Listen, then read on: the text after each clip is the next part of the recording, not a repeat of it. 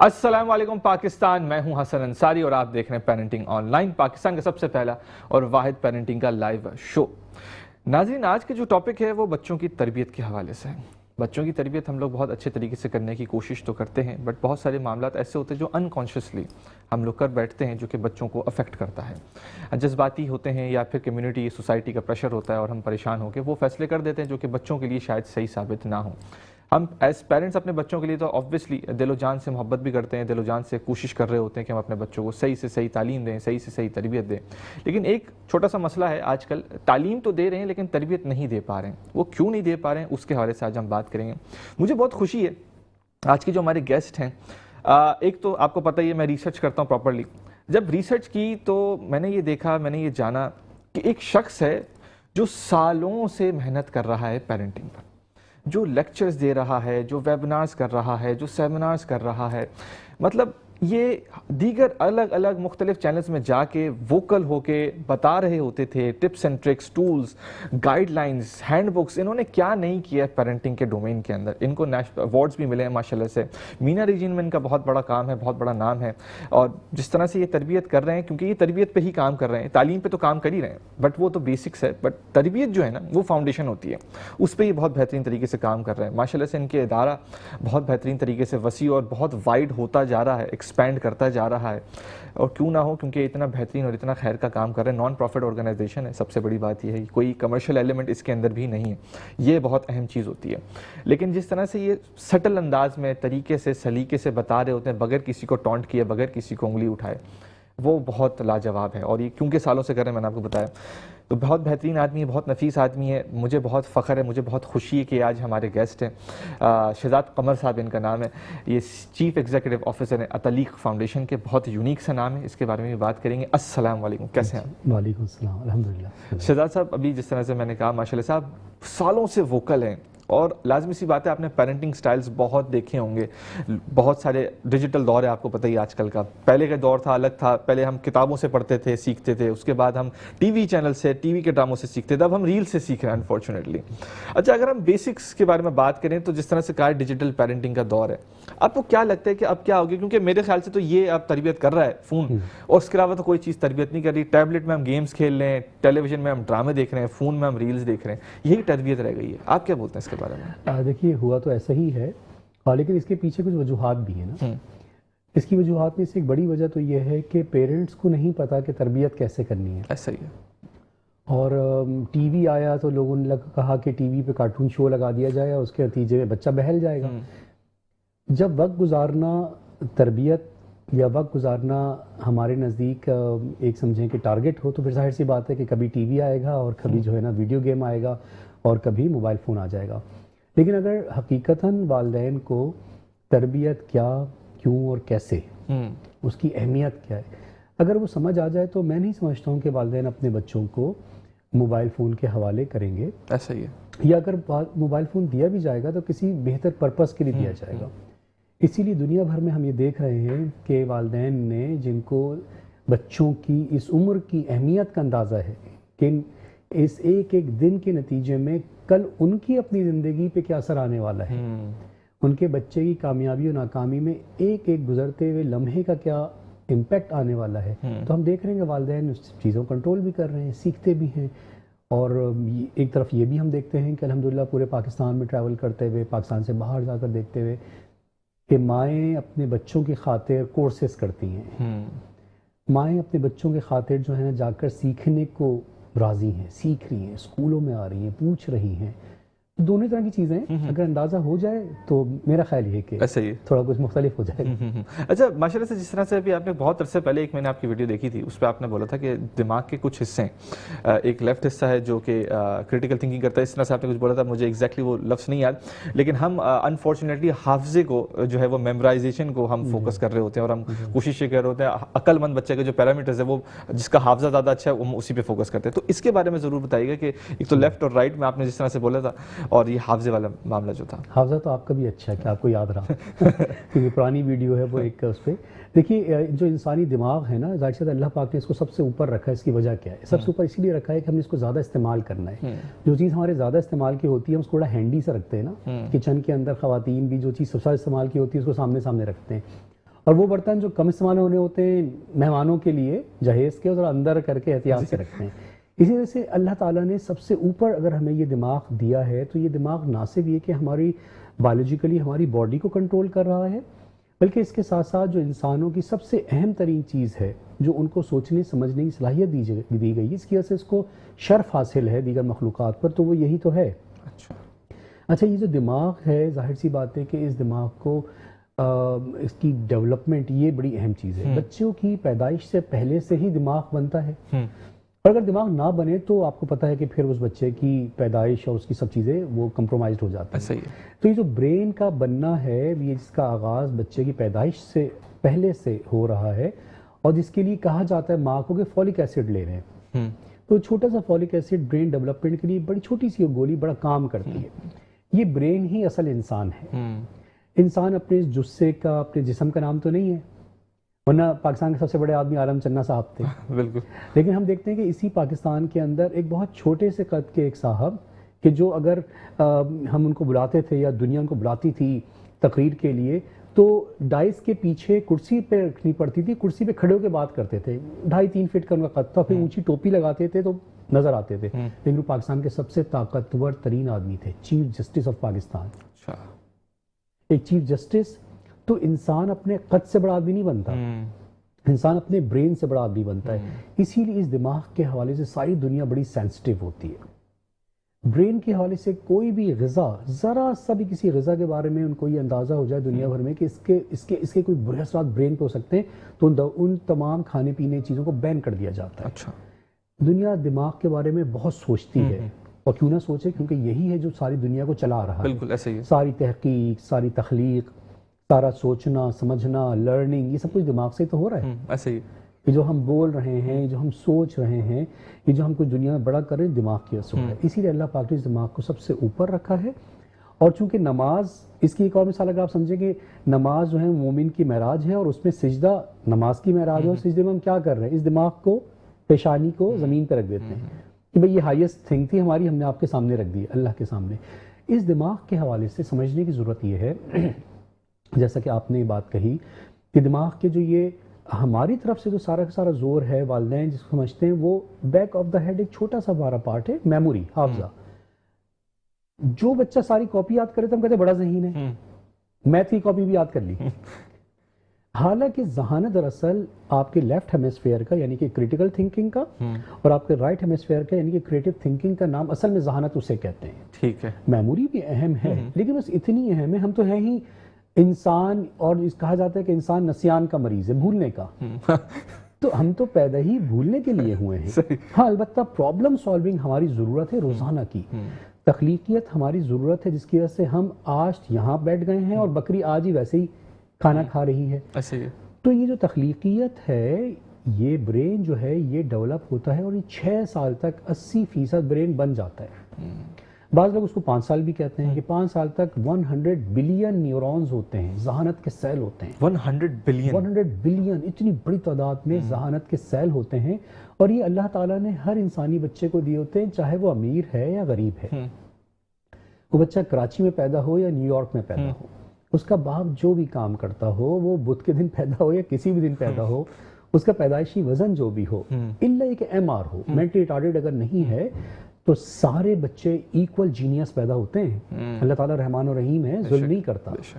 हर बच्चा 100 billion neurons लेकर ज़मीन पर आता है, उसके बाद ये न्यूरॉन्स को बचाना वालिदैन की और स्कूल की जिम्मेदारी होती है। It's a shared responsibility. In neurons को बचाना, ये कैसे बचाए जाते हैं, इसमें बहुत बड़ा किरदार लैंग्वेज का होता है, हैंड्स ऑन एक्टिविटीज़ का होता है, मट्टी में खेलना, इससे ब्रेन बच के ये न्यूरॉन्स बचते हैं। मट्टी में खेलने से। अच्छा। पानी में खेलना, जो हम हमेशा में मट्टी पानी में जो आजकल के बच्चे खेलते नहीं, अब तो नहीं है, हम हेलीकॉप्टर पेरेंट्स है ना, इसलिए मसला ये भी तो है। हाँ, तो ये जो है ना, इसलिए। अच्छा, अब हमें इस ब्रेन को अगर बचा लिया आपने, तो आपने अपने बच्चे के लिए कामयाबी को भी बचा ली। ठीक। ब्रेन का अब आप सवाल ये आता है कि फिर ब्रेन को कैसे, ऐसी क्या चीज़ है जो ब्रेन को नुकसान दे? तो सबसे पहली नुकसानदेह तरीन चीज़ जो है ना, वो रट्टा है। अच्छा। जितना जितना रट्टा लगवाते हैं और आप कहते हैं बस याद करो, बच्चा कहता है ये बस याद करो, तो ये बहुत नुकसानदेह है। क्वेश्चनिंग से रोकना नुकसानदेह है। ठीक है। टीवी को बहुत देर तक देखना और ख़ास तौर पे कार्टून्स को देखना। मैं आपको एक बात बताऊं, ये जो कार्टून्स हम लगा देते हैं बच्चे के लिए, इधर से चूहा भाग रहा है, उधर से बिल्ली भाग रही है, बच्चा यूं देख रहा है, थोड़ी देर तक तो ह्यूमन ब्रेन उस सब कुछ को ना ट्रांसलेट करने की कोशिश करता है, कंसीव करने की। उसके बाद उसकी पर सेकंड उसकी यानी फ्रेम्स की चेंजिंग होती है, तो वो बच्चे का दिमाग उसको रोक नहीं पाता, समझ नहीं पाता। तो फिर क्या होता है, ब्रेन बंद हो जाता है। इसकी निशानी यह है कि कार्टून देखने की थोड़ी देर बाद आप देखेंगे बच्चे का मुंह लटक जाएगा, बच्चा यूं देख रहा होगा, और जैसे ही होता है माएँ फौरन मुंह में टकटक टकटक डालना शुरू कर देती हैं और बच्चा खा। और अगर टीवी बंद हो गया, लाइट चली गई, तो बच्चा ना मुझे क्या खिला दिया आपने, अब तो खिला दिया। तो इससे क्या पता चल रहा है कि उस वक्त बच्चे का ब्रेन, टेस्ट बर्ड्स कोई चीज़ काम नहीं कर रही है, वो जो आप कार्टून दिखा रहे हैं।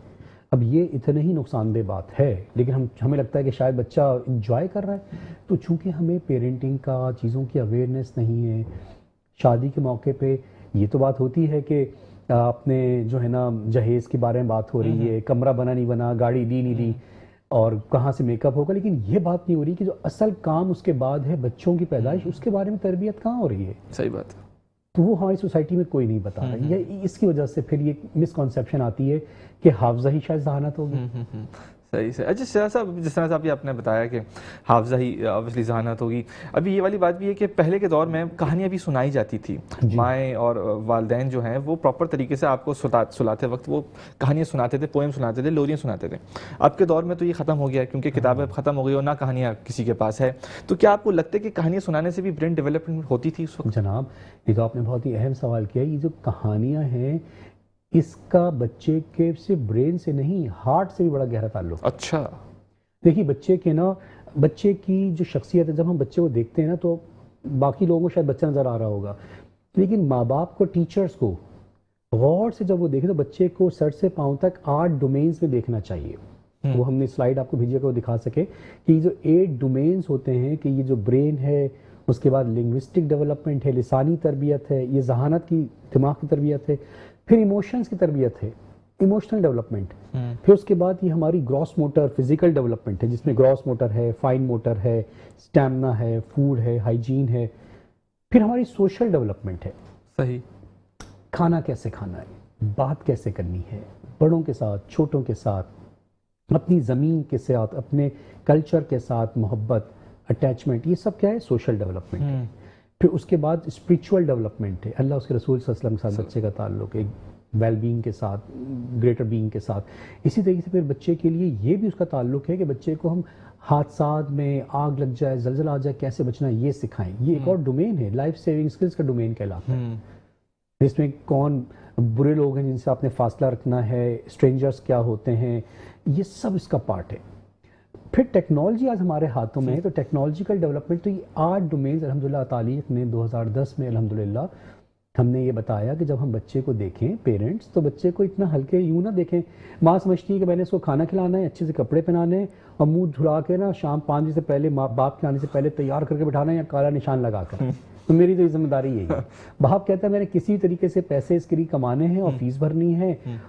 असल चीज़ ये है, पेरेंटिंग ये है कि हमने बच्चे को कामयाबी के लिए कल हमारा ज़माना नहीं होगा, उस वक्त के लिए आज प्रिपेयर करना है। This is parenting. इसके लिए बच्चे को साइंटिफिकली आपने सर से पांव तक 8 डोमेन्स में डेवलप करना है। ब्रेन भी डेवलप होगा, आपकी जो ना इमोशंस भी डेवलप होंगे। 5 बेसिक इमोशंस होते हैं, हमें नहीं पता होता आमतौर पे। फिर आपकी जबान लैंग्वेज का आना कामयाबी के दरवाजे खोल देता है। अच्छा, लैंग्वेज इतनी इंपॉर्टेंट है। इस वक्त देखें कॉर्पोरेट सेक्टर के, अगर आप संडे के दिन आप इश्तिहार उठा कर देख लीजिए, जितने भी इश्तिहार आ रहे होते हैं उसमें कॉर्पोरेट सेक्टर कहता है we need young energetic person with good communication skill. ऐसा ही 98% इस वक्त 98% HR मैनेजर्स कहते हैं कि हमें 98% रिक्वायर्ड स्किल इज कम्युनिकेशन। तो कम्युनिकेशन उर्दू और इंग्लिश के मज़ामीन के याद करने से, सवाल जवाब याद करने से और ऐसे इससे नहीं आएगी। कम्युनिकेशन का जो पहला स्टार्ट है घर से, जब माँ अपने बच्चे को गोद में बिठाकर कहानी सुनाती है। लिहाजा जो आपका सवाल है, कहानी का इम्पैक्ट तो इतना ज़्यादा है कि उसके नतीजे में ज़बान आती है, उसके नतीजे में इमोशनल बैलेंस आता है। जो बच्चे गुस्सा करते हैं उन्हें कहानी सुनाई जाए, उनका गुस्सा कम हो जाता है। अच्छा। 12% मोर क्रिएटिव हो जाते हैं वो बच्चे जो कहानियाँ सुनते हैं। जो बच्चों का मसला है कि बोर हो रहे हैं, कहानियों के जरिए बच्चे बैठे बैठे अपनी जगह से कहीं आसमानों में कहानी के किरदारों के साथ घूम रहे होते हैं। इमेजिनेशन स्टार्ट हो जाती है। ऑब्वियसली। तो कहानी के जरिए से ब्रेन, इमोशंस, आदाब, लैंग्वेज, जो मुश्किल बात आप बच्चे को समझाना चाहते हैं उसकी कहानी बना दीजिए। सही। इसीलिए आप देखिए सूरह कहफ पढ़ने का हुक्म है, उसमें है क्या, 4 कहानियां। लिहाजा कहानी सुनाना सोते वक्त, हाँ असली कहानियां सुनाएं, जिनों भूतों की कहानियां नहीं सुनानी। शहजादे की कहानी सुनाएंगे तो लड़के किसी शहजादी के इंतजार में और लड़कियां किसी शहजादे के इंतजार में बैठी रह जाएंगे। असली कहानियां सुनाएं, अपनी कहानियां कि बेटा हम देखें यहाँ पर आए, आपके दादा ने, आपके नाना ने इतनी मेहनत की है, हमने बहुत छोटा सा स्टार्ट लिया। जो भी रियल टाइम कहानियां हैं, बहादुरों की कहानियां, इस्लामिक स्टोरीज भरी पड़ी हुई हमारी माशाल्लाह से। कुरान है, तो कहानियां बहुत ज़रूरी है। अच्छा शहजाद साहब, माशाल्लाह से कहानियों के बारे में बात हो रही, तो फिर ये वाली बात भी होती है जिस तरह से आपने ब्रेन डेवलपमेंट के बारे में बोला या हाफजा के बारे में बोला है। अब हाफजा जो है वो अगर किसी एक बच्चे का भी तेज़ हो जाए तो पूरे खानदान के अंदर जो है वो उसकी ऑब्वियसली गुनगाए जाते हैं, और दूसरे बच्चों को जो है वो डिमोटिवेट किया जाता है क्योंकि उसको कंपेयर किया जाता है उसके साथ, भले वो सगा भाई भी हो या कज़न भी हो। तो कंपेरिजन लाजमी सी बात है कि अंदर ही अंदर जो है वो खोखला करते थे बच्चे को। तो इसके बारे में ज़रा बताएं, क्योंकि पेरेंट्स को नहीं पता होता, वो चाहते हैं कि हमारा बच्चा अच्छा बने, इससे ज़्यादा आगे बढ़े, लेकिन अनफॉर्चुनेटली वो अपने बच्चों को तबाह कर देते हैं। हसन, ये इतनी अहम आपने बात की है। अभी तक तुम बात करें ना कि कैसे कैसे बच्चों की तरबियत की जाए, लेकिन मामला तो यहाँ पर ये है कि बजाय तरबियत के और डेवलप करने के कल की कामयाबी के लिए, हम तो उल्टा उसकी मुस्तकबिल के लिए गोया बम बिछा देते हैं। हम अपने हाथों से अपने बच्चों की नाकामी के बीज बो देते हैं और हमें पता भी नहीं होता। ये जो कंपैरिजन होता है इसका सबसे, इस देखिए, एक होता है पॉजिटिव मुकाबला कि उसमें आप बच्चे से कहते हैं बेटा इसने भी किया तो आप भी तो कर सकते हो ना, करो। एक बात तो ये। दूसरी बात ये होती है कि तुम नहीं कर सकते हो, उसने किया है, तुम्हारे तो है ही नहीं, दिमाग ही नहीं है, तो कर्सिंग ना की जाए। लेकिन इससे भी अहम तरीन बात यह है कि अल्लाह ताला ने हर बच्चे को यूनिक पैदा किया। अच्छा। हर बच्चा यूनिक है। इस पर डॉक्टर हार्वर्ड गार्डनर की बहुत मशहूर थ्योरी है मल्टीपल इंटेलिजेंसेस पढ़ने की। मैं वालिदैन से कहूँगा जो भी टीवी के इस प्रोग्राम को देख रहे हैं कि मोबाइल पे जाकर सर्च करें मल्टीपल इंटेलिजेंसेस। हर इंसान की किस तरीके से 8 तरह की जहानतें हैं। अच्छा। अगर अल्लाह ताला ने आपको 2 बच्चे दिए हैं, 3 या 4, 5, जितने बच्चे भी दिए, हर बच्चा अल्लाह ने आपको अलग अलग गिफ्ट दिया है। आप भी जब जाते हैं कोई चीज़ लेने के लिए तो आप एक जैसे थोड़ी जोड़े लेकर आ जाते हैं। फ़ायदा क्या होगा? आप कहते हैं एक ऐसा लो तो एक ऐसा लो तो एक गर्मियों का। इसी तरह से अल्लाह ताला ने अगर आपको एक बच्चा दिया है कि जो वर्ड स्मार्ट है, बोलने में अच्छा है, तो उसका करियर इसी से मुतालिक चीज़ों में है फ्यूचर में। ऐसा ही है। उसको डिग्री भी फिर MA Urdu, MA English, Punjabi, Sindhi, जो भी आपको लैंग्वेजेस पढ़नी है, उसको लॉ पढ़ना है, मार्केटिंग पढ़नी है। जो बच्चा खामोश सा है उसको अल्लाह ने किसी और काम के लिए पैदा किया है, वो सेल्फ स्मार्ट्स कहलाते हैं। वो जो सेल्फ स्मार्ट से उसने कल बिजनेस करना है, उसने ऑडिट करना है, उसने फाइनेंस पढ़ना है, उसने साइकोलॉजी एंड फिलॉसफी पढ़नी। इस तरीके से 8 टाइप्स होती हैं पर्सनैलिटीज़ की। तो हम अपने बच्चे को समझें, इसीलिए हम इस बात को कहते हैं कि नो योर चाइल्ड। अपने बच्चे को, भाई एक बड़ा मौजू है, पर इंशाल्लाह इस पर तफसीली कभी बात हो, लेकिन आप खुद भी जाके इंटरनेट पे सर्च करें कि ये जो 8 टाइप्स ऑफ पर्सनैलिटीज़ क्या होती हैं। फिर उसके नतीजे में आपको अपने बच्चा नजर आएगा कि अच्छा ये मेरा बच्चा ये है। हम जैसे सेशंस करवाते, मुझे याद है कि एक सेशन था, एक माँ ने कहा कि मेरे बच्चे का आपको मसला है, इस पर मुझे लगता है किसी ने उसको जादू कर दिया है और ये मेरी बात नहीं मानता है, मुझसे नाराज रहता है और ये मुझसे बिल्कुल। दूसरी मेरी बेटी है, मुझसे सारी बातें करती है, इसको ना लगता है नंद ने कुछ कर दिया है, जो टिपिकल होता है। हमने सब सेशन में बैठे, सेशन कंप्लीट हुआ हमारा, वो नो योर चाइल्ड का सेशन था जहाँ हमने डॉक्टर हार्वर्ड गार्डनर की मल्टीपल इंटेलिजेंस पे बात की। ख़त्म हुआ तो माने का वो आपका शुक्रिया, मुझे तो अपनी बच्चे आज समझ आए। अच्छा, मैं समझ गया कि खामोश इसलिए कि अल्लाह ने इसको ऐसा बनाया है, और ये इसलिए इतनी बोलती है कि अल्लाह ने इसको ऐसा बनाया है। तो ये अल्लाह ताला की तकसीम है। हमें देखना है कि अल्लाह ने हमें क्या तोहफा दिया है, आइडेंटिफाई हमें करना है। हमें आइडेंटिफाई। अगर हम ये नहीं करेंगे और एक ही लाठी से, हम कहते हैं हमारे ज़माने में तो एक थान आता था, हम सारे बहन भाइयों के कपड़े उसी में बन जाते थे। आपका ज़माना, उससे पिछले ज़माने में तो हम अपने ज़माने से कंपेयर ना करें। बच्चों को अपने ज़माने से नहीं, इस ज़माने से भी नहीं, आने वाले ज़माने से कंपेयर करना है। बात।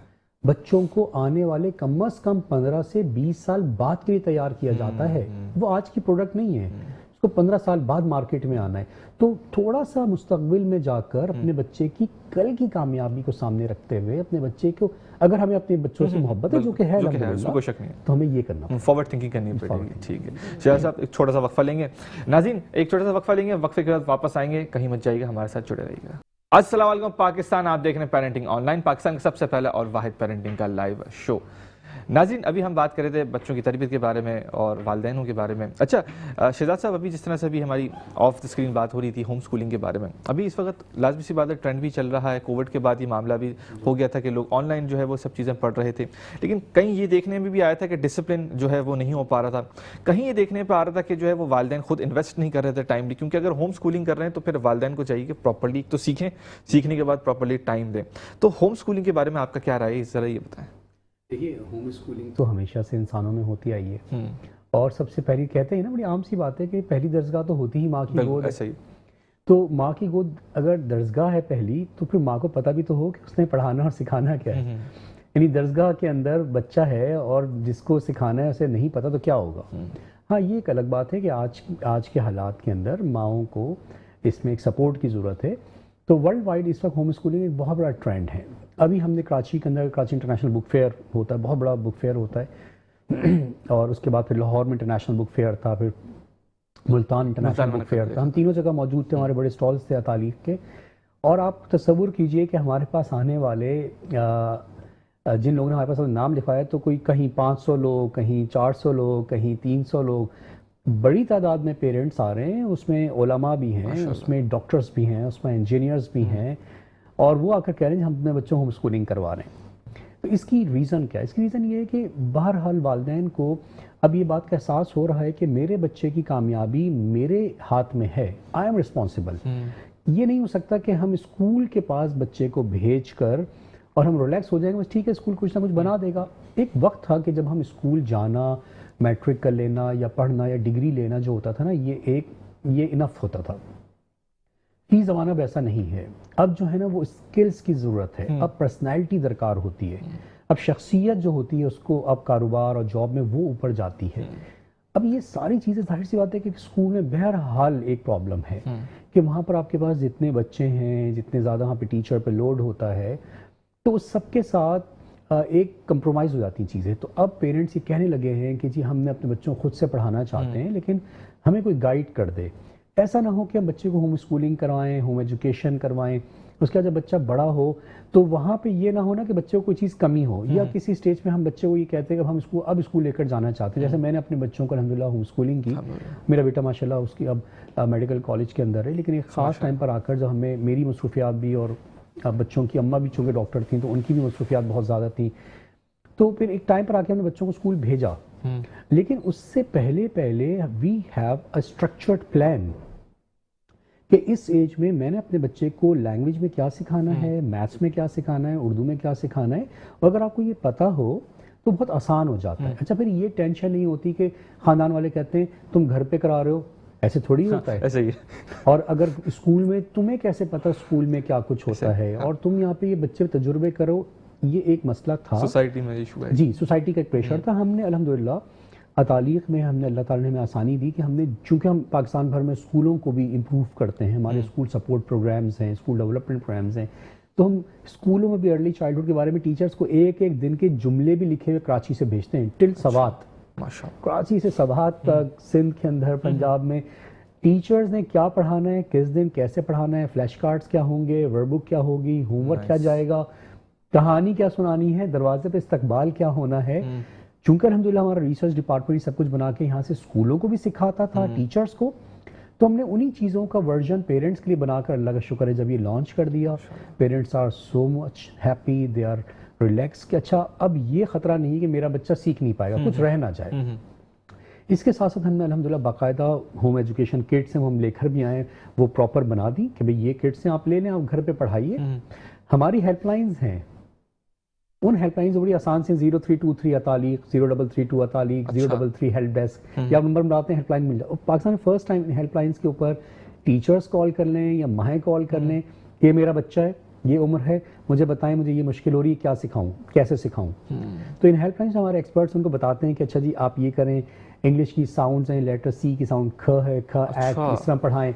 ये हम आपको वर्कबुक्स भेज देते हैं, प्लानर्स भेज देते हैं, फ्लैश कार्ड्स हम आपको भेज देते हैं। फिर अल्लाह का शुक्र है, जब एक अल्लाह ने आसानी दी, जब कोविड आया तो हमने एक LMS लर्निंग मैनेजमेंट सिस्टम अल्लाह पाक ने हमें बनवा दिया।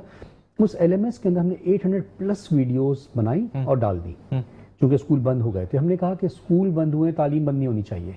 तो हमने कहा वालिदैन को ये किट्स दें, LMS के ID पासवर्ड दें। अब फ़ायदा उसका ये है कि उसी पासवर्ड को और LMS को लेकर स्कूलों में टीचर्स भी पढ़ा रही हैं। टीचर्स, पहाड़ों में हम जाते हैं, भी हम सवात गए हुए थे, वहाँ पे कोई ट्रेनिंग इंस्टीट्यूट नहीं है टीचर्स का, स्कूल सिखा रहा है, तो वहाँ पे वो LMS की वीडियो देख के टीचर पढ़ा देती है। सही है। घर पे माँ भी अपने बच्चे को सिखा सकती है, बहुत आसानी। देखिए माँ जैसा कोई नहीं सिखा सकता, बेशक, कोई शक नहीं इसमें। माँ जैसी मोहब्बत किसी में नहीं आ सकती। और बच्चा भी रिलैक्स है, सुबह से लेकर शाम तक आपके पास एक बाउंडिंग नहीं कि सुबह उठाना है, तैयार करना है, चल भाई बैठो, जाओ वैन के अंदर। आप घर पे अगर पढ़ाना चाहते हैं, बच्चे को सिखाना चाहते हैं, it's quite possible. Atalik is behind you, we will support you. आप घर पे कीजिए। अगर किसी के ऐसे हालात हैं कि घर में बड़ी जॉइंट फैमिली है, जगह नहीं है, या आपके पास जो है ना माँ जॉब करती है और आप मजबूर हैं कि स्कूल भेजें, तो आप स्कूल भेजें। स्कूलों को भी अल्हम्दुलिल्लाह में वहाँ पे सपोर्ट कर रहे हैं। लेकिन अगर आप घर पे कर सकते हैं तो इससे अच्छी कोई चॉइस नहीं है। इससे अच्छी कोई चॉइस नहीं है, यानी प्रेफर आप होम स्कूलिंग को ही करें तब भी। इट्स मोर जो है ना वो आपके बच्चे के लिए बेनिफिशियल है। जो ये गैप था कि हमें पता नहीं है क्या सिखाया जाए, हम कोई गलती ना कर जाएं, हमारा बच्चा बड़ा होगा तो उसका टेस्ट में फेल ना हो जाए, एडमिशन टेस्ट में बड़ी क्लासेस में, तो ये अब आप टेंशन ना लें, अब तालीक से रब्ता करें, इंशाल्लाह उस गैप को फिल कर सकते हैं। अच्छा, जाते जाते ये ज़रूर बताते जाइए कि फिर हम किस उम्र में स्कूल में दाखिला करवाएं? देखिए ये बड़ा अहम सवाल है।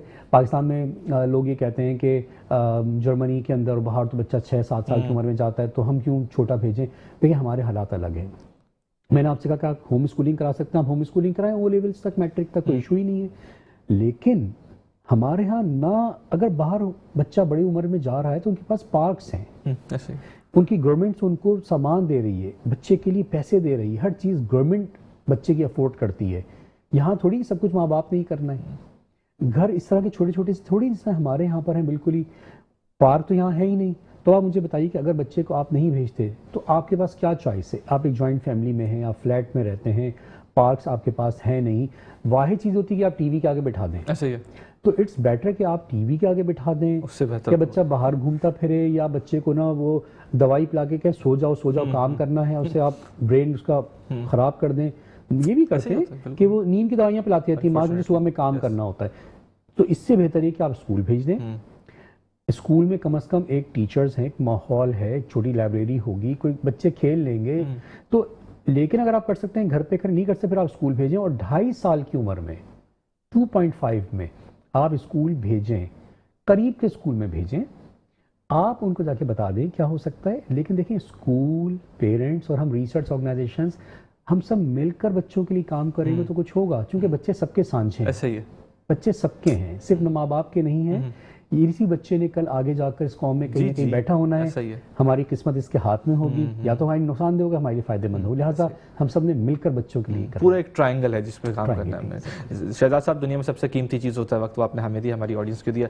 बहुत मुख्तसर सा ऐसा फील हो रहा है कि अभी कोई बात शुरू भी नहीं हुई है, मुझे आपको दोबारा बुलाना पड़ेगा और आपने जहमत करनी पड़ेगी, आपको आना पड़ेगा, इंशाल्लाह कोशिश ज़रूर करेंगे। नाज़रीन कहीं मत जाइए, छोटा सा वक्फे के बाद फौरी वापस आते हैं, गुफ्तगू करेंगे और पेरेंट्स के स्ट्रेस के बारे में बात करेंगे। कहीं मत जाइएगा, हमारे साथ जुड़े रहिएगा। अस्सलाम वालेकुम पाकिस्तान, आप देख रहे हैं पेरेंटिंग ऑनलाइन, पाकिस्तान का सबसे पहला और वाहिद पेरेंटिंग का लाइव शो। नाज़रीन अभी हमने बात की थी बच्चों की तरबियत के बारे में और होम स्कूलिंग के बारे में, और बेहतरीन तरीके से शहजाद साहब ने गुफ्तगू की बात की और बताया हमें कि हमें होम स्कूलिंग पे ज़्यादा फोकस और तरजीह देनी चाहिए, हमें अपने बच्चों को टाइम देना चाहिए और प्रॉपर्ली इन्वेस्ट करना चाहिए। अच्छा, इसी बात पर एक और बात आती है कि हम एज पेरेंट्स परेशान भी होते हैं। बेटियों की शादी भी करनी होती है, बच्चों का करियर भी होता है, अपने खुद के मामलात भी होते हैं, अपने खुद के हालात भी देखने होते हैं, अपने पार्टनर को भी टाइम देना होता है, सोसाइटी के भी प्रेशर्स होते हैं, महंगाई भी हो रही होती है, पेट्रोल भी बढ़ रहा होता है, डॉलर के एक्सचेंज रेट भी बढ़ रहा होता है, फ्रूट्स भी आगे पीछे जा रहे होते हैं, ईद भी सामने है, रमज़ान भी है। ऑब्वियसली एज हाउस होल्ड हम लोग भी एज पेरेंट्स परेशान होते हैं। वो भी ज़रूरी है कि हम उसको केटर करें, एड्रेस करें। तो आज हमारे साथ बहुत बेहतरीन से डॉक्टर हैं, होम्योपैथिक फिजिशियन हैं, डॉक्टर मोहम्मद फैसल साहब।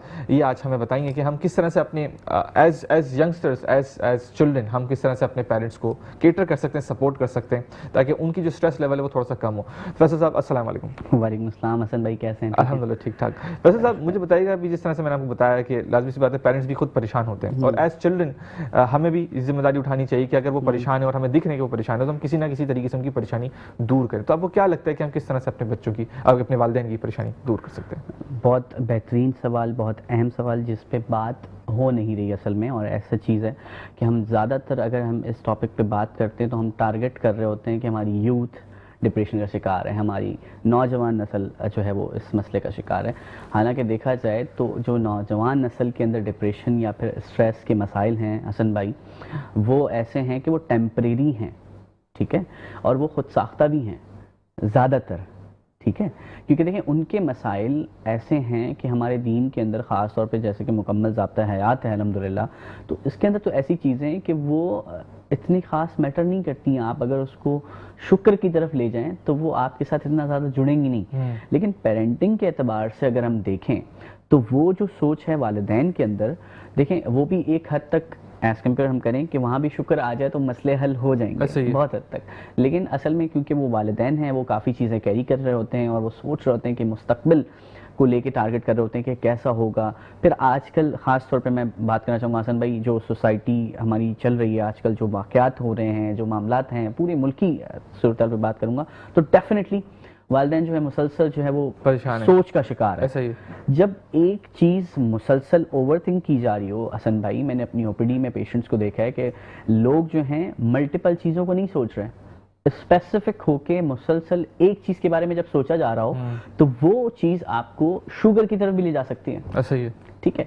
तो टेंशन, डिप्रेशन सिर्फ इन चीज़ों का नाम नहीं है। अगर आप मुसलसल ओवर थिंकर हो तो ये चीज़ आपको शुगर की तरफ ले जाएगी, ना सिर्फ मीठा खाने से शुगर नहीं हो रहा। ऐसा ही है। तो वो जो है बच्चों में, वालिदैन में असल में जो सबसे बड़ा कॉज मैं समझता हूँ हसन भाई, वो है कम्युनिकेशन जो गैप है ना, बहुत बड़ा हमारी सोसाइटी का मसला है। गुफ्तगू नहीं है, ऐसा ही, ठीक है। खास तौर पे स्टार्टिंग पॉइंट तो ये है कि कपल, नहीं है तो आप बच्चों में क्या अगर अच्छे पेरेंट्स बनना चाह रहे हैं तो सबसे पहले अच्छे कपल तो बने। ऐसा ही, आप वो होंगे तो ये चीज़ें कैरी ऑन कर पाएंगे, आप बच्चों के अंदर और अपने अंदर बेहतरी ला पाएंगे।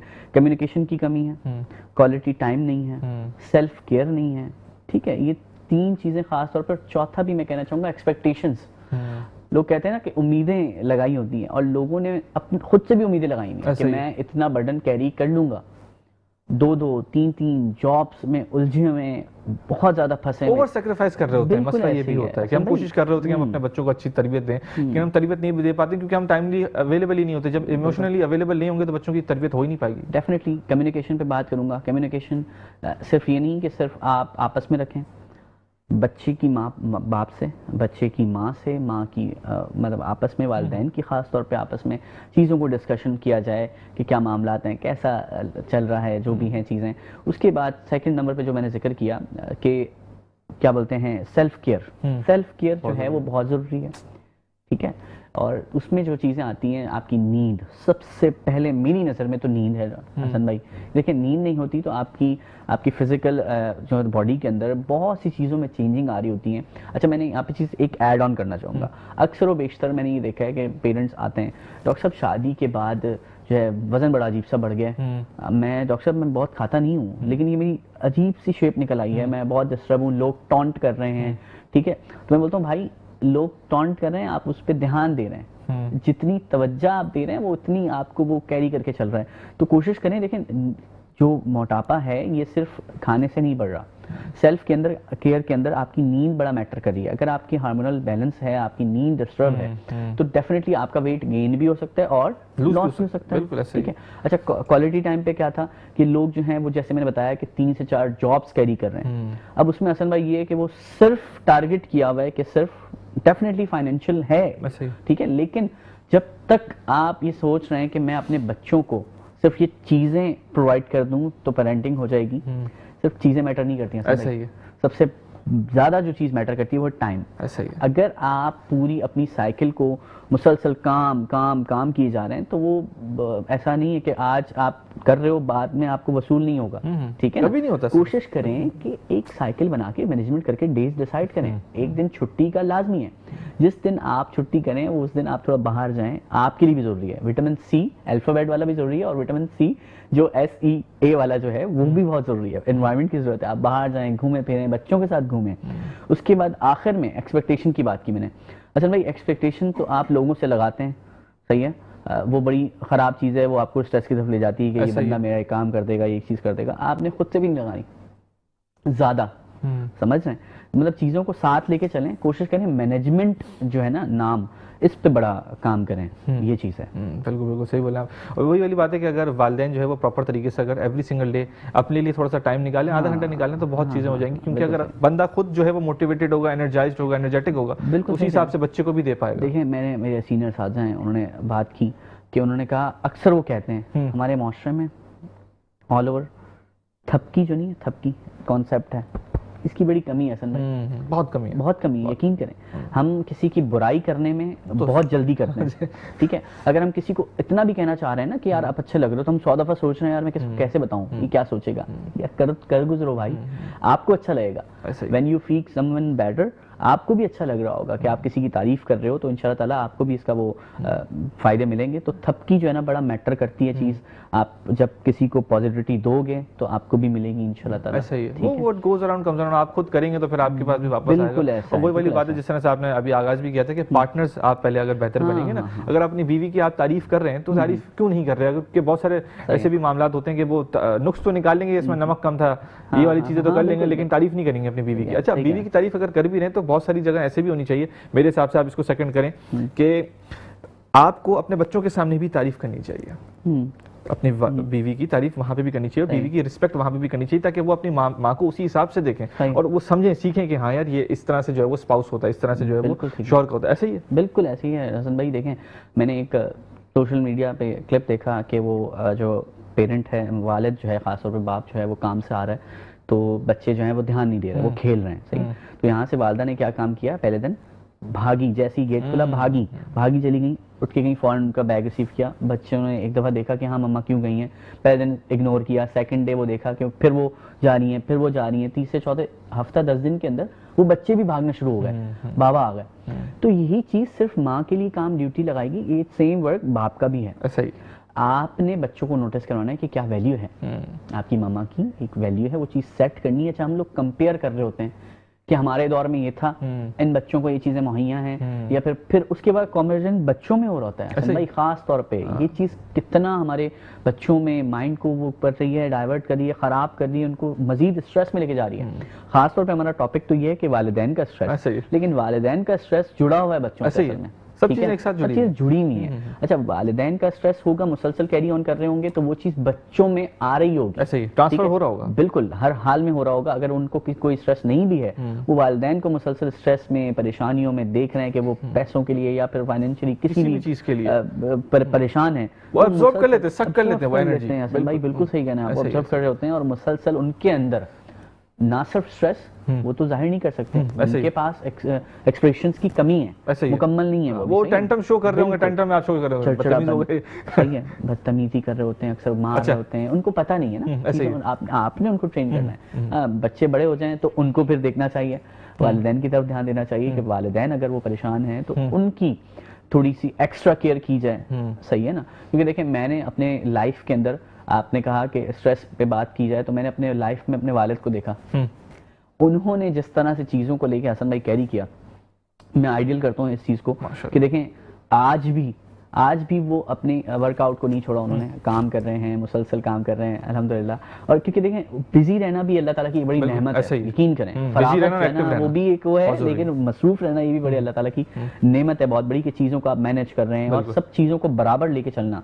और सबसे बड़ी चीज़, अगर हमारे यहाँ ज़्यादातर लोग, मैं अक्सर पेशेंट्स को मैंने कहा हसन भाई कि जब वो स्ट्रेस में जाते हैं, डिप्रेशन में जाते हैं, मैं ज़्यादातर उनको रिकमेंड करता हूँ दवाइयाँ लें, इलाज तो है, आप वज़ू में रहें, माशाल्लाह। ज़्यादातर। ठीक ठीक। जी, फैसल ये साहब, बड़ी चीज़। दुनिया में सबसे कीमती चीज़ होता है वक्त, वो आपने हमें दी, हमारी ऑडियंस के तहे दिल से बहुत बहुत शुक्रिया। नाज़रीन, ये था आज का हमारा एपिसोड। आज हमने बहुत कुछ सीखा। शहजाद साहब से हमने ये सीखा कि होम स्कूलिंग बहुत ज़रूरी है। जिस तरह से उन्होंने कहा था कि आप स्कूल तभी भेजें जब आपके पास वो वसाइल ना हो या आपके पास वो मतलब आपके पास टाइम की कमी हो।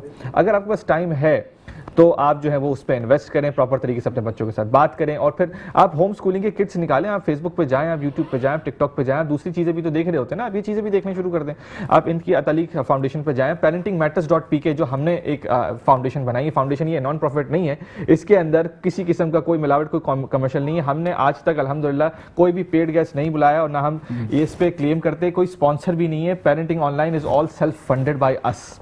ये इसीलिए है कि ये जो गैप है ना, इसको हम ब्रिज कर सकें बगैर किसी मिलावट के, क्योंकि अगर मिलावट आ गई तो फिर हमें डिक्टेशन करनी पड़ेगी, हमें किसी की सुननी पड़ेगी। हम सुनते नहीं, हम उसी गेस्ट को बुलाते जो प्रॉपर्ली तरीके से रिसर्च हो। नाज़रीन, आपके सामने इस वक्त जो स्क्रीन आ रही है वो ज़ैनब अलर्ट की है। हमने ये इनिशिएट किया है ज़ैनब अलर्ट के साथ कि हम जो है वो गुमशुदा बच्चों को किसी ना किसी तरीके से उनके घर पहुंचाने की कोशिश करेंगे। नेशनल टेलीविजन पे हम बच्चे दिखा रहे हैं, ये गुमशुदा बच्चे हैं। मुतल्लका इदारों पे आप राब्ता करें अगर आपको इन बच्चों की शनाख्त हो गई है, और लाजमी एज वालिदैन, मामा पापा, अल्लाह बोलने के फौरी बाद जो चौथी चीज है, आप याद करवाएं अपने बच्चों को अपने नंबर, जो आसान नंबर है वालिदैन का, उस आसान नंबर को याद लाजमी कराएं ताकि हम अपने बच्चों को किसी ना किसी तरीके से प्रिवेंट करें। इसी के साथ इसी चैनल पे कल 2 बजे लाइव आएंगे। इसी के साथ हसन अंसारी साइनिंग ऑफ।